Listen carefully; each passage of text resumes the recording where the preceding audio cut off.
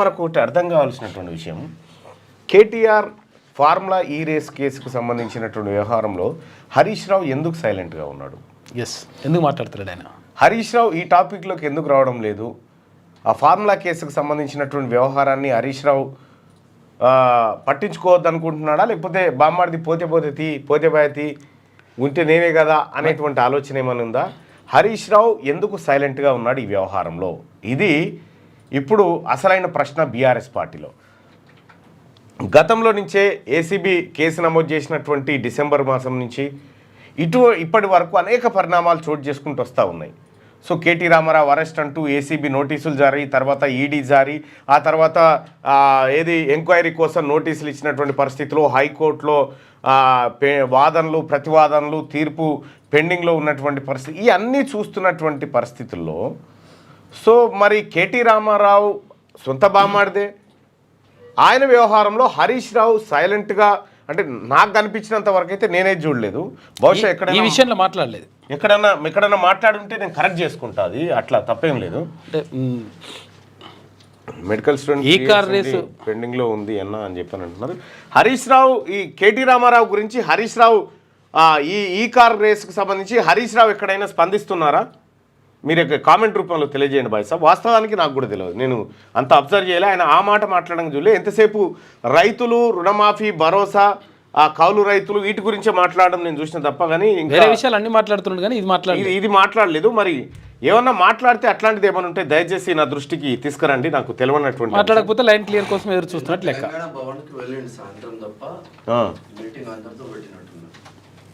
అచ్చా no no no no no no అచ్చా, హరీష్ రావుకు తెలిసి ఉండొచ్చు ఈ కేసులో ఏడ కనిపిస్తలేడని, అసెంబ్లీలో అని ఎక్కడ చేయలేదు.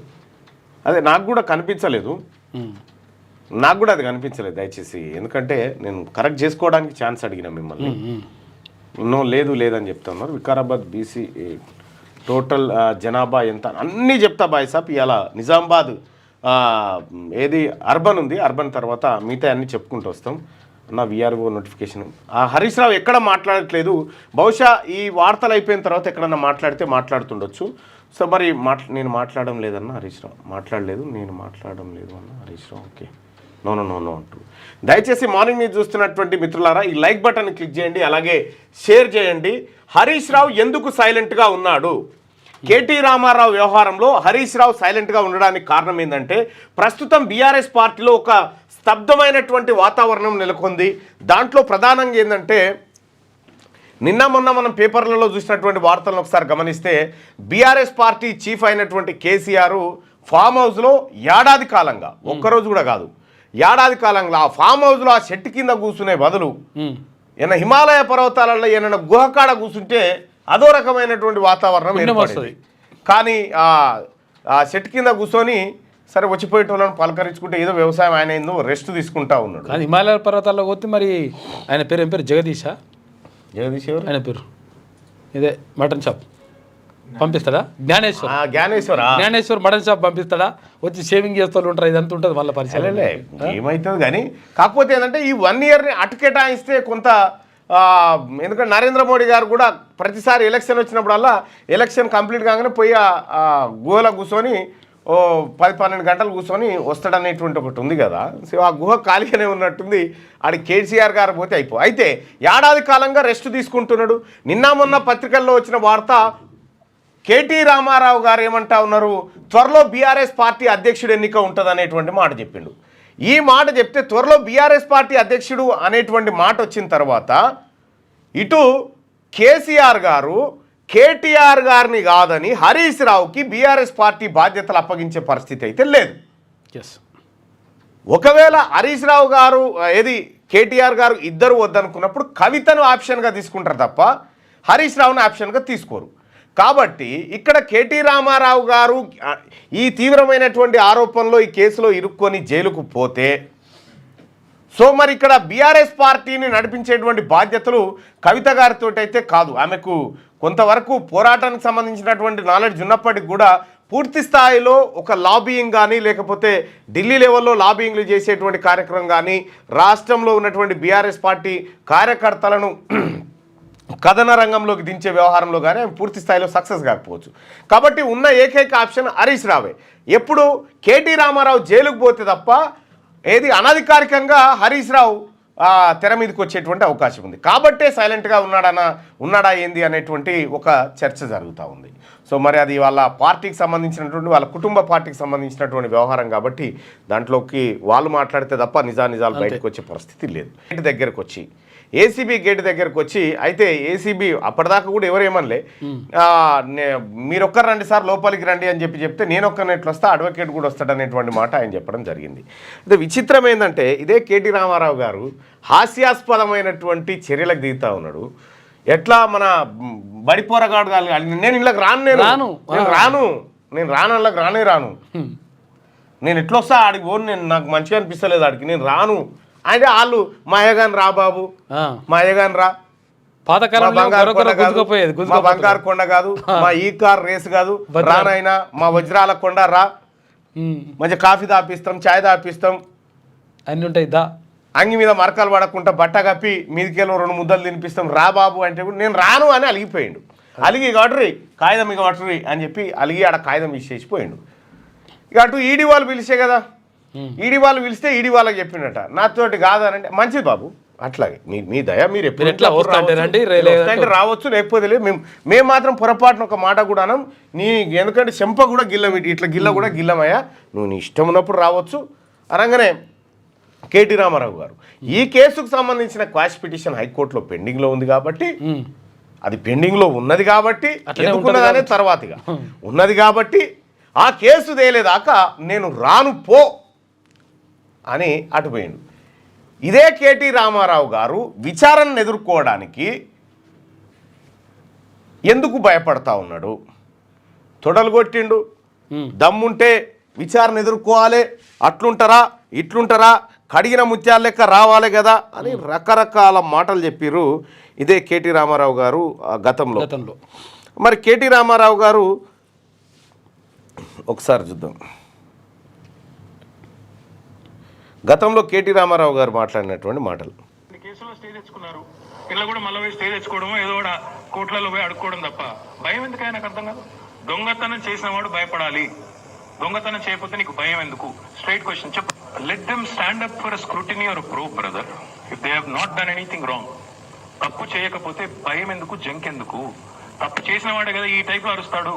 ఇంకా కావాలంటే ఆధారాలు నేను అవుతారు, మీరు చూస్తే విచారణ చేస్తారా? నువ్వు చెప్పు నాకు.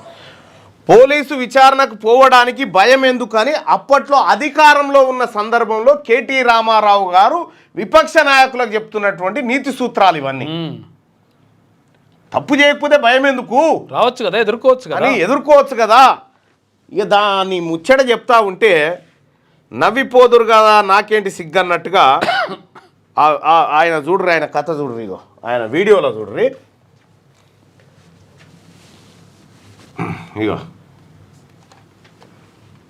18 కేసుల్లో స్టే తెచ్చుకున్నారు, ఇంట్లో కూడా మళ్ళీ స్టే తెచ్చుకోవడమో, ఏదో కూడా కోర్టులలో పోయి అడుక్కోవడం తప్ప భయం ఎందుకు? ఆయనకు అర్థం కాదు.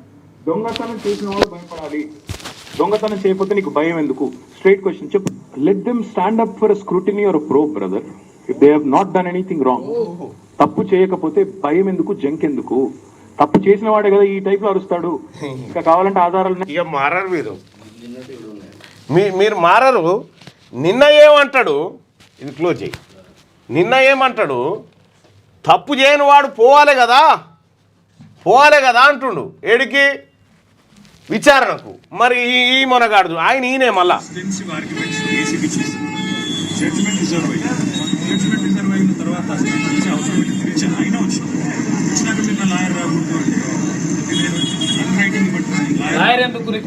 లాయర్ ఎందుకు? నువ్వు కడిగిన ముత్యానివేనా?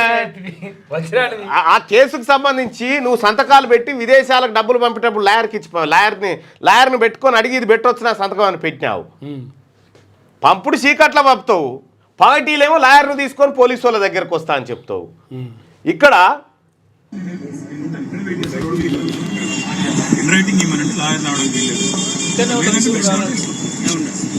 నేను మీకు లెటర్ ఇచ్చి క్లియర్గా ఏసీబీ వాళ్ళు పంపిన నోటీసులో ఒక్కడినే రమ్మని చెప్పిర్రు. Yes.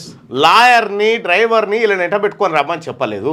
అయినా కూడా ఇక్కడి వరకు వచ్చిన తర్వాత మీరు లోపలికి రమ్మన్నారంటే నాకు రిటర్న్గా ఇవ్వండి అని చెప్తున్నాను. నిన్ను ఒక్కరినే రమ్మని చెప్పడం అంటే రిటర్న్ కాదా? అది అంతే. నీకు ఇచ్చినటువంటి నోటీసే రిటర్న్ నోటీసు. ఇక దీనికి పోలీసు వాళ్ళకు సుక్కలు చూపించిన కేటీఆర్ అట. సుక్కలు చూపించిన కేటీఆర్, నీళ్లు నమ్మిన పోలీసు వాళ్ళు. ఓరి నాయన, మీ ఛానళ్ళు మీ కథ చూస్తుంటే నవ్వొస్తుంది జనానికి. ఇదే కేటీ రామారావు గతంలో విచారణ ఎదుర్కోవడానికి తప్పు చేయకపోతే భయం ఎందుకు, జంకెందుకు, ఎందుకు అంటుండ అప్పట్లో. ఈ కూలకు మీ కూలకు సరిపోయింది మీ కథ. తప్పు చేయనోడు విచారణ ఎదుర్కోవడానికి కేటీ రామారావుకు భయం ఎందుకు అని ఇప్పుడు ఆయనతోటే అనిపిస్తా, కేటీఆర్ తోటే. ఈ డ్యూయల్ సిమ్ ఉన్నట్టుంది, నాలుగు రెండు ఉన్నాయో ఏమో. తను అధికారంలో ఉన్నప్పుడేమో ఓ కథ, తను ప్రతిపక్షంలోకి రాగానే మళ్ళీ ఇంకో దుకాణం. వేషం మారిపోతుంది. ఇక మారారు మీరు మీ ఖాందాను మారే పరిస్థితే కనిపిస్తలేదు. ఏసీబీ విచారణను ఎదుర్కోవడానికి నువ్వు గత వారం రోజుల నుంచి పడుతున్నటువంటి లలిత కళలు తెలుస్తలేవా? పబ్లిక్ అర్థమైతలేదా, తెలియదా? స్టే తెచ్చుకున్నావు కదా అని చెప్పి గతంలో చెప్తా ఉన్నాడు. స్టే తెచ్చుకున్నావు కదా అంటున్నాడు. మరి నువ్వేం చేసినావో ఇప్పుడు కోర్టు గురికి తమరు చేసింది ఏందో, క్రాస్ పిటిషన్ ఏంది, స్టే ఏంది, లాయర్ ఏంది, కథ ఏంది, ఇదంతా ఏం ధైర్యం చూసుకొని అంటా ఉన్నావు? నేను రాను పో, కోర్టు చూసుకుంటుంది. ఏ ధైర్యం అన్నట్టు కోర్టులో? సామాన్యుడు కూడా ఇట్లానే ఉంటుందా? ఒక సామాన్యుడు కేసు విచారణ హాజరు కాకపోతే ఇదే పరిస్థితి ఉంటుందా? గొర గుంజుకపోతారు, గొర గుంజుకపోతారు కదా. మరి నీకు ఇంకా విలువనిచ్చి నిన్ను కారులో ఆరాంగా రాజకొడుకు లెక్క కూర్చోబెట్టి ముచ్చట పెడతా ఉంటే నేను రాన్పో, నేను ఈడీ దగ్గరికి అయితేనే పోతా, వాళ్ళైతేనే నాకు మంచిగా తలకాయ దూగుతారు, పౌడర్ వేస్తారు. ఇదా తన దగ్గరికి రాగానే ఎట్లుందో చూడ్రి వ్యవహారం. మంది దగ్గరికి పోయి ఈయన పోలీసు వాళ్ళని తోలినప్పుడే వేరే. రేవంత్ రెడ్డి గారి బెడ్రూమ్లకేని ఎత్తుకొచ్చిరు కదా, బెడ్రూమ్లకేని ఈయన మంత్రిగా ఉన్నప్పుడే. ఏడ నేర్చినావు రామారావు ఇవన్నీ? ఈ బడవాయి మాటలు తెలంగాణ రాష్ట్ర ప్రజలకు తెలిసి చూస్తలేరా? ఇవి చేసే కదా మీరు బీఆర్ఎస్ పార్టీని నాశనం చేసిరు, ఇవి చేసే కదా. అప్పుడేమో లంగ సోషల్ మీడియా అని వాళ్ళ ఆయన తిడతాడు, ఇప్పుడేమో సోషల్ మీడియా యాక్టివ్గా ఉంది, బాగుంది. 10-20 యూట్యూబ్ ఛానల్ పెట్టుకొని కొనుక్కొని దానికి పేమెంట్లు చేసుకుంటా యూట్యూబ్ ఛానల్ బంజారాహిల్స్కి మార్చి ఏడికైనా మారుస్తావు, ఏడికైనా మార్చగలుగుతావు. నీతో అవుతుంది. కానీ విషయం ఏంటంటే కేటీ రామారావు గారు, నీవు నేర్పిన విద్యేగా నీరజాక్ష అన్నట్టుగా నీవు గతంలో చేసినటువంటి కార్యక్రమమే ఇంకా అది కూడా చేయట్లేదు. మళ్ళా విచారణ ఎదుర్కొంటుంది, గేట్ దాకా వస్తావు. నేను దమ్మున మునగానే నేను గేట్ దాకా పోతావు, గేట్లో పెట్టి దొంగది కాదు దొడ్లేకి రాదు. అది తెలంగాణలో ఒక సామెత ఏంటంటే దొంగది కాదు దొడ్లేకి రాదన్నట్టు. ఏమాయ మరి వస్తే ఏమాయ విచారణ ఎదుర్కొంటానుకు. ఇంకా ఈ వీరుని చూసి, ఈ పిరికి పందని చూసి, ఇంకా ఈయన వీరుడు సూర్యుడు, పోలీసు వాళ్ళకి షాకు చెమటలు, ఇగో ఇవి ఇటువంటి రాతలు. ఒక పిరికి పంద, పోలీసు విచారణను ఎదుర్కోవడానికి భయపడుతున్న ఒక పిరికి పంద కేటీ రామారావు గారు. మీరా నిజాయితీ పరునివే అయితే నువ్వు నిప్పుల్లో వేస్తే కాలకపోతే, నీళ్ళలో వేస్తే తడవకపోతే పోయి కూసో. ఏందా నేను చేసింది ఏదో చూపెట్టు అని చెప్పి అడగాలి కదా. ఏసీబీ అధికారులకు నీ ప్రశ్నలతో చెమటలు పట్టియాలి కదా. నువ్వు లోపలికే పోకపోతివి, బయటనే చెమటలు పట్టి, నీకు బయటనే చెమటలు గిమటలు బట్టి అది తడిసినా కూడా దొడ్డంగి వేసుకపోతివి చెమటలు పీడ్చుకుంటానుకో. ఇగో గిది నీ కథ. ఆ వకీల్ సాబ్ లేని నేను లోపలికే పోనని చెప్తాను, కొడతారు. అయితే కన్ఫెషన్ స్టేట్మెంట్ ఆయనది ఎవరిది? నరేందర్ రెడ్డి గారు కన్ఫెషన్ స్టేట్మెంట్లో చెప్పని కూడా చెప్పినట్టు రాసిరంటారు. కేటీ రామారావు గారు మీరు మంత్రిగా పనిచేసిర్రు, 2009 నుంచి ఎమ్మెల్యేగా ఉన్నారు, దాదాపు 15 సంవత్సరాలు ఎమ్మెల్యేగా, 10 సంవత్సరాలు మంత్రిగా ఉన్నటువంటి మీరు కన్ఫెషన్ స్టేట్మెంట్ను కోర్టు ఫైనల్గా అంగీకరిస్తుందా? ఏమన్నా ఉందా? ఇప్పుడు నన్ను అరెస్ట్ చేసి నన్ను 80 కేసులలో నన్ను దోషిగా చూపెట్టినటువంటి కేసుల్లో కన్ఫెషన్ స్టేట్మెంట్ పోలీసు వాళ్ళకి నచ్చినట్టుగా రాసుకుంటారు. తిన్మారు మళ్ళీ ఒప్పుకున్నాడా రాత్రి మాతో అని చెప్పి ఇద్దరు పంచులను పెట్టి రాసుకుంటారు. ఇదంతా తప్పండి పడితే కోర్టు నమ్మను కూడా నమ్మ తీసి పక్కకు వారేస్తుంది. మరి ఈ లాజిక్ ఎట్లా మిస్ అవుతున్నావు? కన్ఫెషన్ స్టేట్మెంట్ అంటే ఫైనల్ రిపోర్ట్ అనుకుంటున్నావా? మీ నాయన కూడా ఏది ఇప్పుడు రాధాకిషన్ రావు మీరంతా కలిసి ఫోన్లు ట్యాప్ చేసిరు కదా, ఫోన్లు ట్యాప్ చేసినటువంటి దొంగల ముఠా మీద ఉంది కదా, అందులో రాధాకిషన్ రావు కన్ఫెషన్ స్టేట్మెంట్ ఇచ్చిండు. కన్ఫెషన్ స్టేట్మెంట్లో క్లియర్గా తీన్మార్ మల్లన్న వల్ల ఈ రాష్ట్ర ప్రభుత్వం మనుగడకు ముప్పు ఉంది, ఈ రాష్ట్ర ప్రభుత్వం కూలిపోయే అవకాశం ఉంది కాబట్టి ఆయన ఫోన్ ట్యాప్ చేసామని కన్ఫెషన్ స్టేట్మెంట్లో రాధాకిషన్ రావు ఇచ్చిండు స్టేట్మెంట్. ఆ కన్ఫెషన్ స్టేట్మెంట్ ఫైనల్ అనుకుంటున్నావా? ये ड्रामा कहाँ से आया रामाराव? इसको कहते आपको ड्रामा राव, इसीलिए कहते हो आपको ड्रामा राव. आप रामाराव नहीं है, रामाराव बहुत अच्छा आदमी है, वो सीनियर रामाराव. तुम आप क्या है? वो ओरिजिनल रामाराव है. वो ओरिजिनल रामाराव है, तुम डुप्लीकेट है. वो एनटी रामाराव है. वो एनटी रामाराव है. तुम ईकार रामाराव, केटी रामाराव है. नहीं ईकार ईकार ईकार रामाराव. ईकार रामाराव तुम बेकार काम कर रहे हो. अगर आपका पास दम है तो सीधा जाके एसीबी की सामने बैठ के मैं क्या किया दिखाओ बोल के बोल. अंते अड़गू बताओ उनसे. आप नहीं कहते, खाली जुमला करते बाहर आते. ఆయన ఉంటేనే వస్తారంట, వెనుక కూర్చుని ఆయన ఉంటేనే ఎనుకున్న ఆయన పెట్టమంటే నేను సంతకం పెట్టినా అని చెప్పకపోతే అదే చెప్పు. మరి లాయర్ లేకపోతే కోర్టుకు పోతాడు, కోర్టుకు పోయి నన్ను హింసిస్తురు అని చెప్తాడు. ఇక మళ్ళీ ఈడనేమో అలా ఈ ఛానల్ అనేమో సూర్యుడు వీరుడు భగత్ సింగ్ రూపంలో ఇవి ఉంటాయి తమ్నైల్స్ ఇవని. ఆడికి పోయాం, కోర్టుకు పోయామంటే నన్ను హింసిస్తురు ఏసీ బోలు, దయచేసి నాకు రక్షణ కల్పించాలి అని మళ్ళీ కోర్టుకు పోయి దరఖాస్తు పెట్టుకుంటే కోర్టు సహజంగానే అడ్వకేట్ ను అనుమతించాలి రేపు చెప్తుంది. ఇక ఆ కేసు తీర్పు, కేసు విచారణ పూర్తి అయిపోయింది, ఇరుపక్షాల వాదనలు అయిపోయినాయి. పెద్దలు గౌరవనీయులు మహోన్నత వ్యక్తి న్యాయ కోవిదుడు అయినటువంటి జస్టిస్ లక్ష్మణ్ గారు, ఆయన తీర్పు ఇంకా పెండింగ్లో ఉండడంతో ఈ బాధ. ఆయన తీర్పు ఎప్పుడు ఇస్తాడో తెలియదు. ఆయన ఎందుకంటే మొత్తం మెదడంతా కరగబెట్టి తీయాలన్నా, ఇటువంటి కేసులలో చాలా సునిశ్చితంగా పరిశీలించాలి కాబట్టి పరిశీలించి ఆ కేసు వివరాలన్నిటి మంచి చెడు వెనక ముందు అన్నీ చూసుకొని చేయాలి కాబట్టి ఆ కేసు తీర్పు పట్ల రిజర్వ్ ఉంది. ఆ రిజర్వ్ ఉన్నందుకు ఇగో ఈ డ్రామా ఆడడానికి ఒక జాగా, ఒక మోకా అన్నట్టు ఈ డ్రామారావు కథ. జస్టిస్ లక్ష్మణ్ గారు ఇంకా పబ్లిక్ వేరే పని ఇటాటు ఉన్నా కానీ ఆపైనా సరే సార్ ఈ కేసును త్వరగా తేల్చండి అని చెప్పి ప్రజలు కోరుకుంటారు. ఈ తేలితే ఈ కథ ఏందో తేలుతుంది అంతే. కేరీ అండి, అటో ఇటో కడిగిన ముత్యమన్నా కూడా ఏం ఇబ్బంది లేదు, కానీ అదేందో తేలి తొడిచిపోయా అట్లా జరుగుతూ ఉంది. సో మొత్తానికి కేటీ రామారావు గారి డ్రామా జంబలక్కడి పంబగా అనిపించింది నిన్న. ఒక్కసారి ఏసీబీ విచారణకు హాజరైతుంటేనే జంబలక్కడి పంబ సినిమా చూపించండి జరసేపట్ల జయరాజ్కి. అందరి మీద అక్రమ కేసులు పెట్టి ఇష్టం వచ్చినట్టుగా అక్రమ కేసులు పెట్టి గడాఫీ లాంటి నియంతలుడు పరిస్థితి ఎట్లా ఉంది. ఇగో ఈ గడాఫీ సంగతి కూడా గట్లికి వచ్చింది ఇప్పుడు. గొటబాయ గడాఫీ, ఇటు ఈమె పేరేంది షేక్ హసీనా, వీళ్ళు ఎన్నడో నాడు విమానం ఎక్కక తప్పది. ఇదంతా జస్ట్ డ్రామా. విమానం ఎక్కక తప్పది, విమానంలో పారిపోక తప్పది. బేగంపేట ఎయిర్పోర్ట్ దగ్గర మనం నిఘా పెట్టించాల్సిన పరిస్థితి వచ్చింది. ఇక ఈ గొటబాయ ఇక సూర్యుని లెక్క ఎక్కిండు. అగో లోపలికి ఏం పోర్రా నాయన, బయట గేట్ కాడికైనా ఉరికొస్తాడు. లోపలికి పోయేది లేదు, బయటకు వచ్చేది. ఇగో అన్నా పోవద్దనే బ్యాచ్ని పెట్టలే.